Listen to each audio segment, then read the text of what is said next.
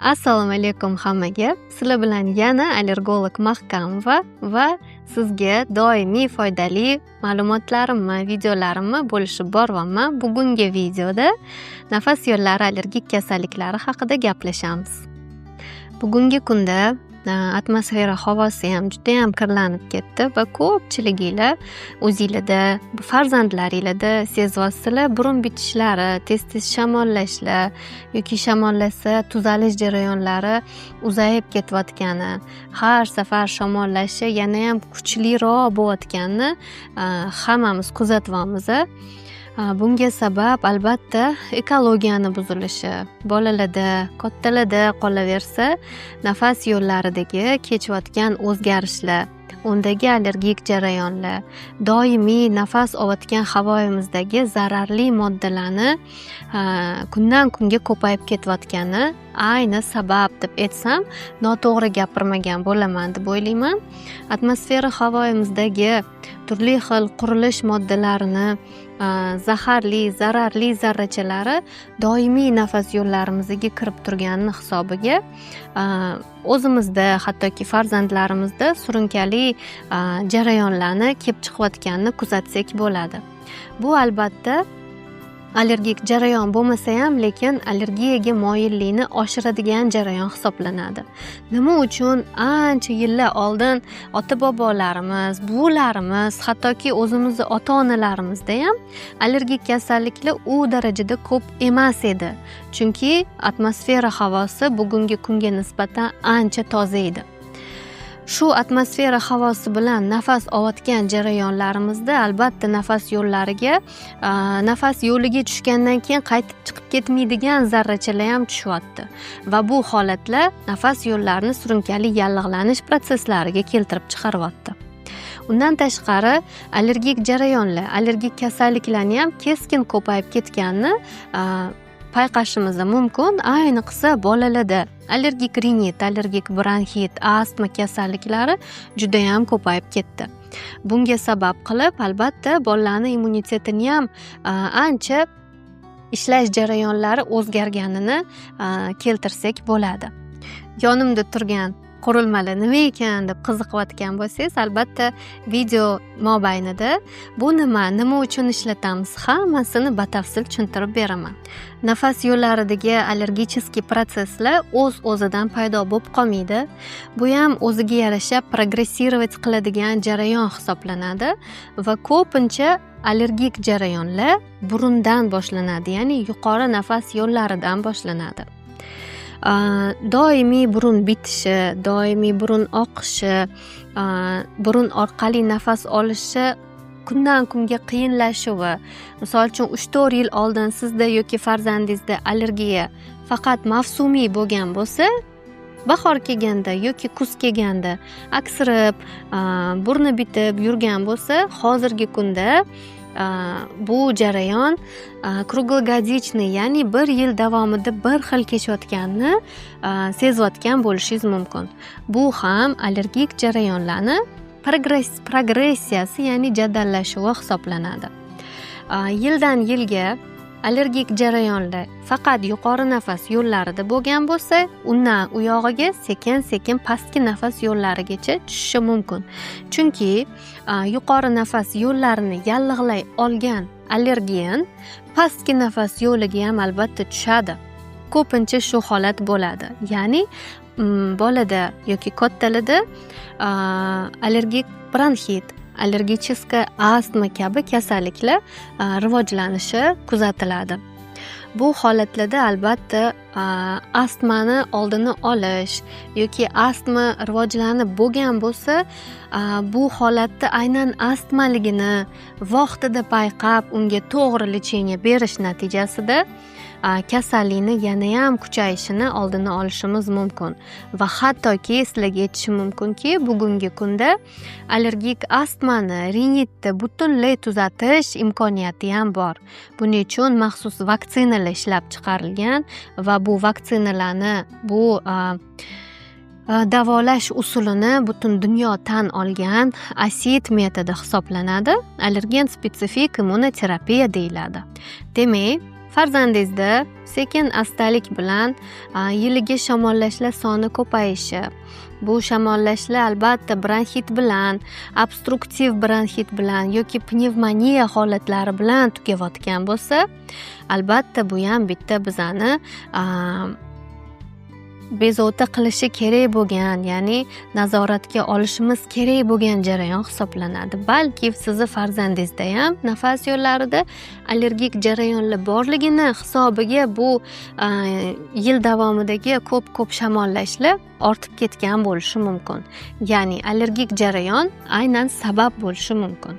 Jahon Sog'liqni saqlash tashkiloti tomonidan shunaqa kuzatuvlar qilinganki, agar bola bir yilda 3 martadan ko'p obstruktiv bronxit bilan kasal bo'layotgan bo'lsa, bu bolada bir necha yildan so'ng bronxial astma rivojlanish ehtimoli juda ham katta ekan.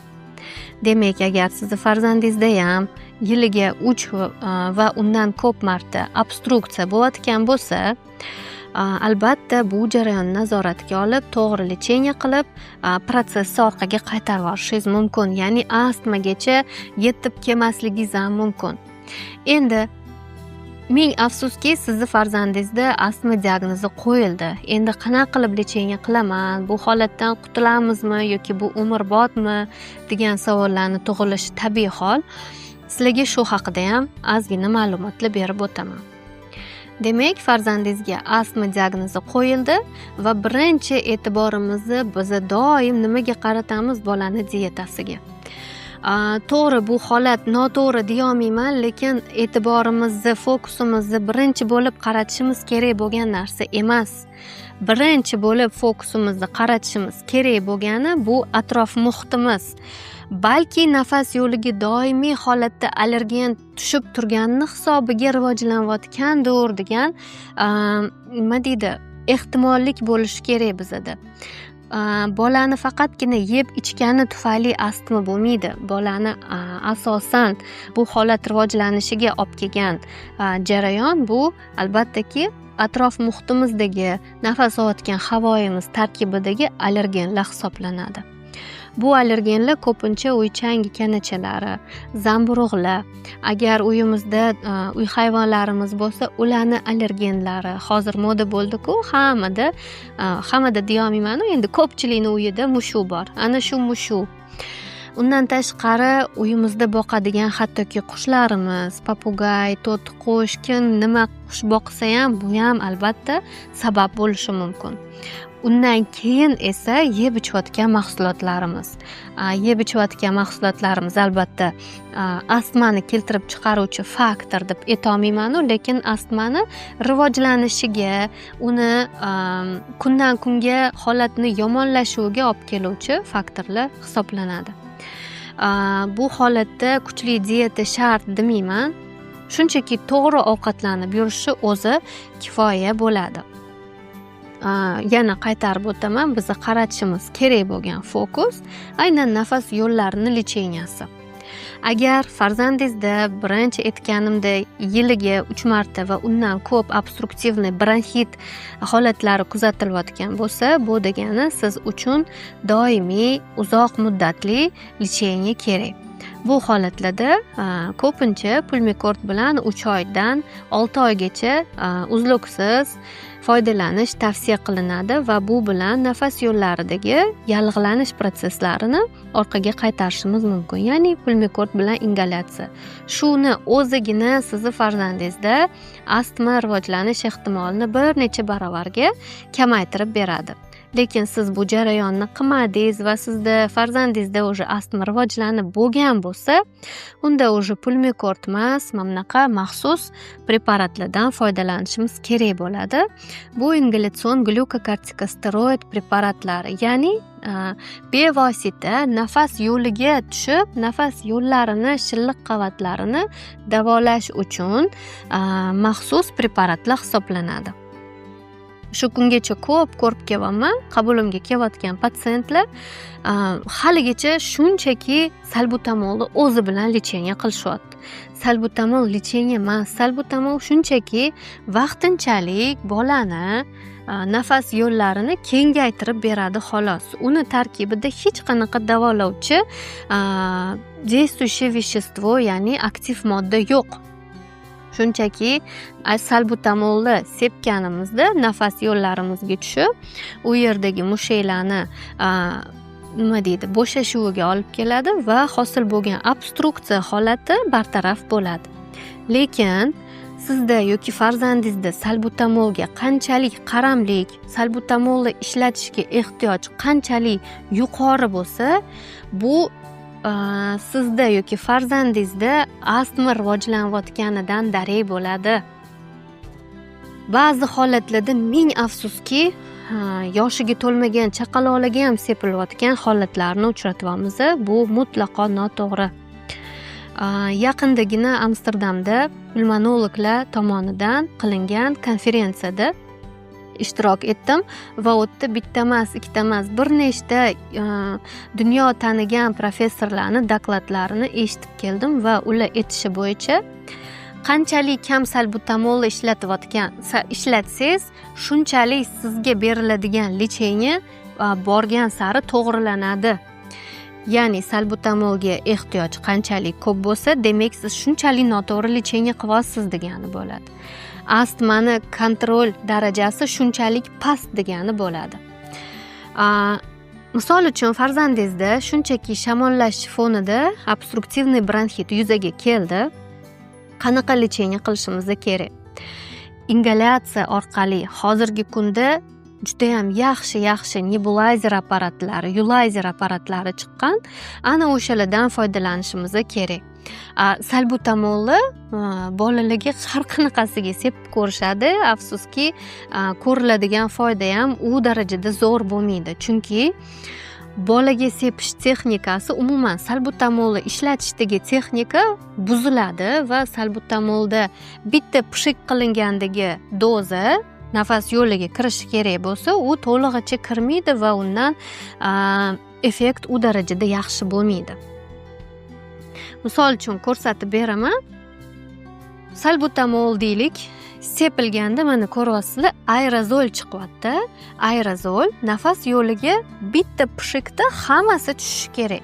Lekin siz yoshiga to'lmagan yoki 2, 3, 4, 5, hattoki 6 yoshli bolangizga qanaqa qilib shu narsani tushuntira olasiz? Ko'pincha sepishadi, og'iz bo'shlig'ini o'zida qolib ketadi. Bu narsani qanaqa sepish kerak?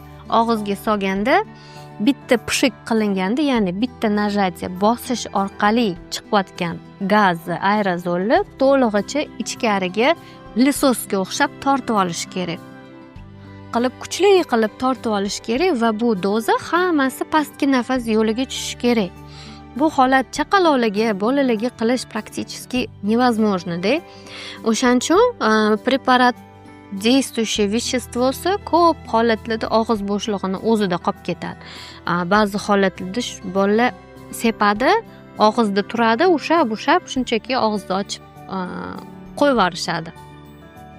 Bu degani umuman nafas yo'liga tushmadi deganida, foydalanish noto'g'ri bo'ldi degani. Bu holat faqat salbutamolda emas, boshqa ingalyatsion glyukokortikosteroid preparatlarida ham kuzatiladi.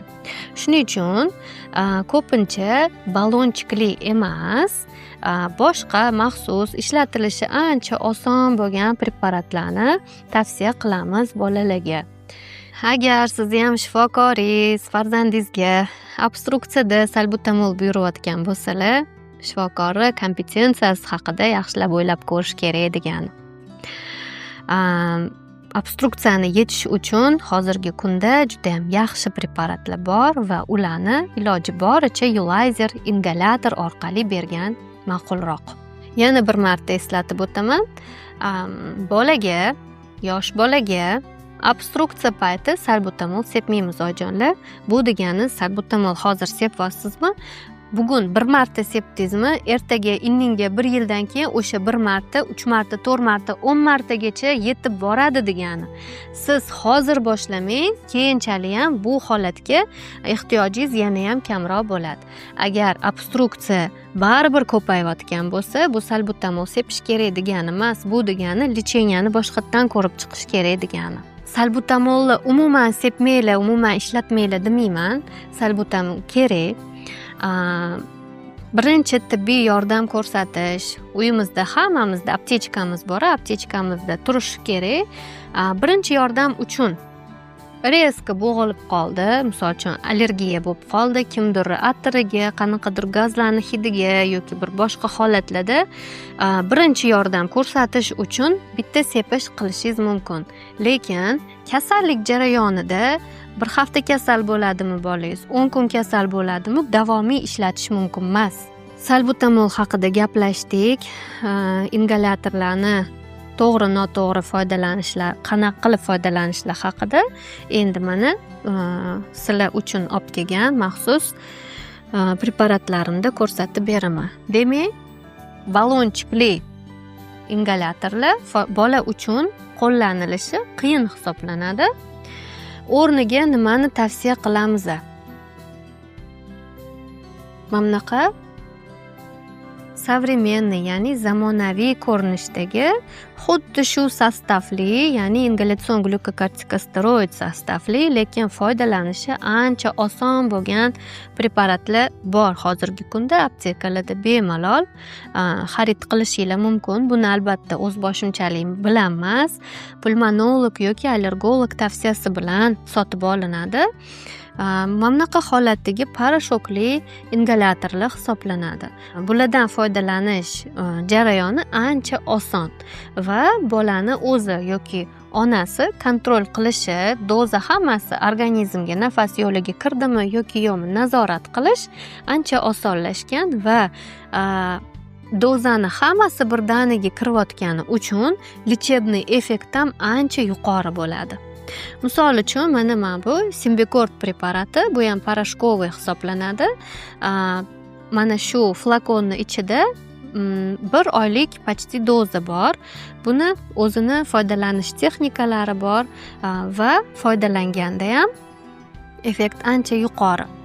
Demak, buni og'iz bo'shlig'iga lablarimiz bilan yaxshilab qamrab olib, kuchli vdoh qilamiz.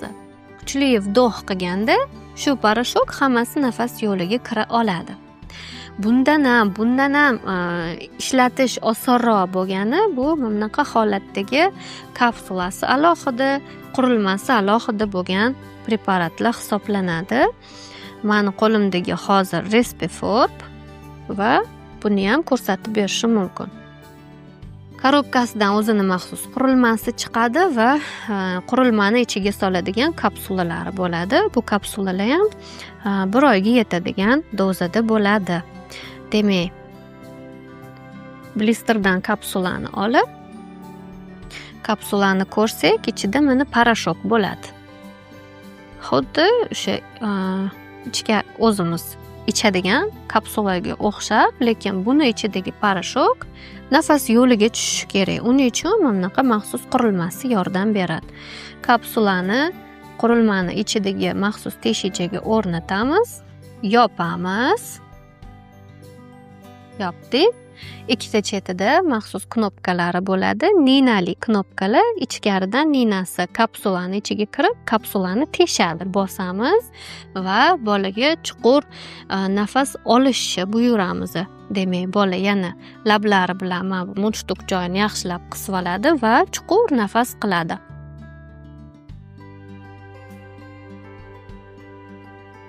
Nafasni 10 sekund zadерживать qilib, nafas havosini burun orqali qo'yib yuborish kerak.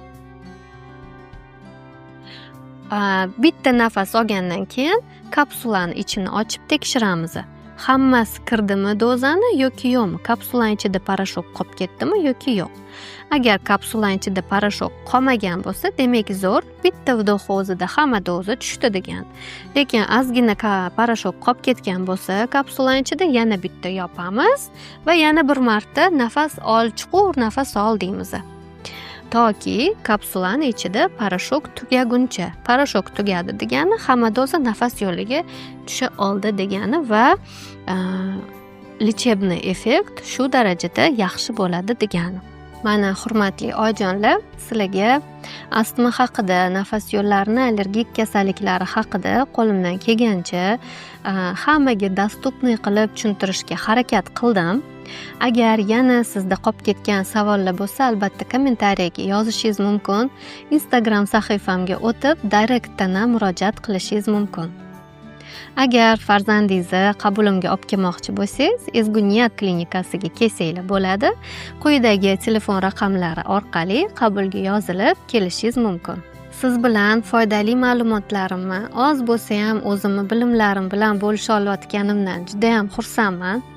Agar sizga foydali bo'layotgan bo'lsa, keyingi videolarimni kutayotgan bo'lsangiz, albatta kanalimga obuna bo'lib qo'yishingizni iltimos qilib qolaman va Instagram sahifamda ham har kuni har xil bolalar sog'ligi mavzusi bo'yicha foydali maslahatlarimni qo'yib boryapman. Instagram sahifamga o'tib, u yoqga ham podpisatsiya qilinglar.